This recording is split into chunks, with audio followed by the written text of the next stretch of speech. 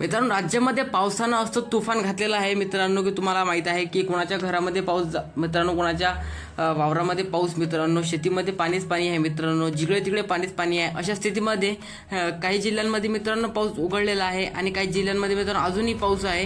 तर आपण ते जिल्ह्यांची यादी पाहणार आहोत मित्रांनो। सर्वप्रथम आपण पाहणार आहोत की कोणत्या जिल्ह्यामध्ये पाऊस पडणार आहे मित्रांनो आणि कोणत्या जिल्ह्यामध्ये आपल्याला पाऊस उघडताना दिसणार आहे, हे सर्व माहिती आजच्या व्हिडिओमध्ये पाहणार आहोत। तत्पूर्वी तुम्ही चॅनलवरती नवीन असाल तर चॅनलला सबस्क्राइब करा आणि बेल आयकॉन वरती सेट करा, कारण कशा मोठे अपडेट सर्वप्रथम तुम्हाला आपल्या चॅनलवरती मिळत राहतात। चला तर पाहूया मित्रांनो।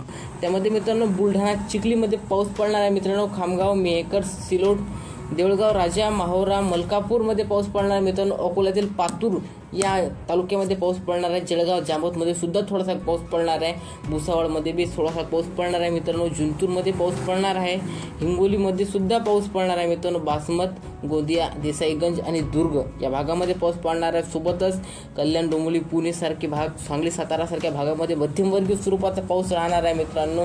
त्या सोबतीला आता तुम्हाला सांगणार आहे की कोणत्या जिल्ह्यामध्ये पाऊस मित्रांनो आता गायब झालेला आहे। त्यामध्ये आपल्याला भंडारा पाहायला मिळणार आहे, मनुका, गडचिरोली, कोडा, कराड, सातारा, जेजुरी मिळणार आहे मित्रांनो, नाशिकचे बरेचसे भाग मिळणार आहेत, मानमड मिळणार आहे मित्रांनो, जळगाव, मालेगाव मिळणार आहे, चाळीसगाव मिळणार आहे मित्रांनो, विजापूर सुद्धा आहे मित्रांनो, त्यामध्ये श्रीरामपूर, जामखेड आहे, नगर, करमाला, पंढरपूर, तुळजापूर, बार्शी, पैठण, छत्रपती संभाजीनगरचे बहुतांश भाग आहेत मित्रांनो, बुरानपूर आहे, मुलताई आहे, धरणी आहे, वरुळ आहे, अरवी आहे, अचलपूर सुद्धा आहे मित्रांनो, अकोट आहे, अकोला आहे, अमरावती सुद्धा आहे मित्रांनो, बार्शी टाकळी आहे, बालापूर आहे, मूर्तिजापूर सुद्धा आहे, यवतमाळ, कारंजा, वाशिम, पुसद